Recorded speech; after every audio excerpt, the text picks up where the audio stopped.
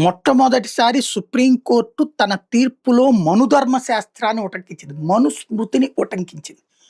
మనకి దళిత సంఘాలు చాలా వరకు ఈ మనుధర్మ శాస్త్రాన్ని తగలబెడుతుండటం, మనుస్మృతిని తగలబెడుతూ ఉండటం, వీటి గురించి మనం చాలా సార్లు మాట్లాడుకున్నాం. నిజంగా ప్రతి హిందువుకి మనుధర్మ శాస్త్రం తెలవదు. ఇప్పుడు ముస్లింకి ఖురాన్ అంతా తెలుసు. క్రిస్టియన్‌కి బైబిల్ అంతా తెలుసు. చిన్న పిల్లల నుంచి తెలుసు. కానీ హిందువు పిల్లలకి భగవద్గీత రాదు, భారతం రాదు, రామాయణం రాదు. ఏదో అందులో ఉన్నటువంటి కొన్ని కొన్ని అంశాల గురించి ఈ మధ్య కాలంలో కొంత అవగాహన పెరుగుతుంది తప్పించి ఏమీ రాదు. మనుస్మృతి గురించి అసలు తెలీదు. మీరు అనవసరంగా అవి నినాదాలు చేసి, ఆ మనుస్మృతి గురించి వాళ్ళకి ప్రత్యేకించి తెలుసుకునే అవకాశాన్ని కల్పిస్తున్నానని నేను అనేక సార్లు ప్రస్తావించాను.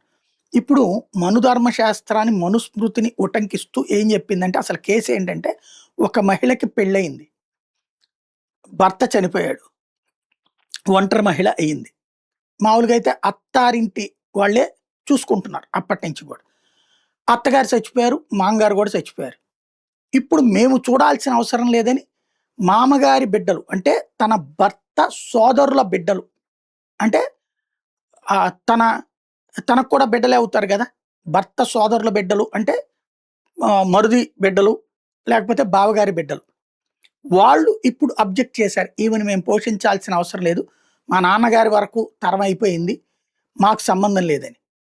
ఆ విషయంలో సుప్రీం కోర్టు సీరియస్ జడ్జిమెంట్ ఇచ్చింది. మనుధర్మ శాస్త్రం ప్రకారం వివాహం అయిన తర్వాత ఆమెకి ఆ అత్తారింటి మీద హక్కొస్తుంది.